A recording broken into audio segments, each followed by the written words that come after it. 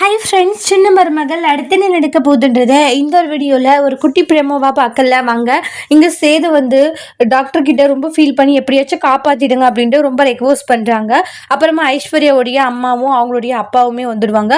வந்துட்டு ராஜாங்கத்துக்கிட்ட என்ன மச்சான் என் பொண்ணுக்கு இப்படி ஆயிடுச்சுன்றாங்க. அவன் நல்லா இருப்பான்னு சொல்லி தானே நாங்கள் கல்யாணம் பண்ணியுமே கொடுத்தோம். ஆனால் அவள் இந்த இடத்துல இவ்வளோ கஷ்டப்பட்டுக்கிட்டு இருக்காளேன்றாங்க.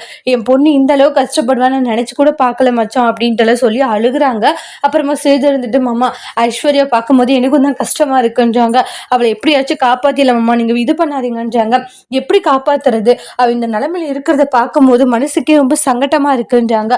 அவளை எப்படியாச்சும் காப்பாத்தி ஆகணும்ட்டு ரொம்பவே எமோஷனலா ஃபீல் பண்ணிட்டு இருக்காங்க. அதுக்கப்புறம் தமிழ் செல்வி ஐஸ்வர்யா பார்க்க வராங்க.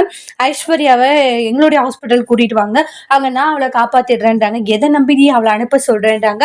அவளோட உயிரை ஒட்டுமொத்தமா எடுத்துலாம் நீ பிளான் பண்ணிட்ட அப்படிதானே அப்படின்ட்டு ஈஸ்வரி சொல்றாங்க.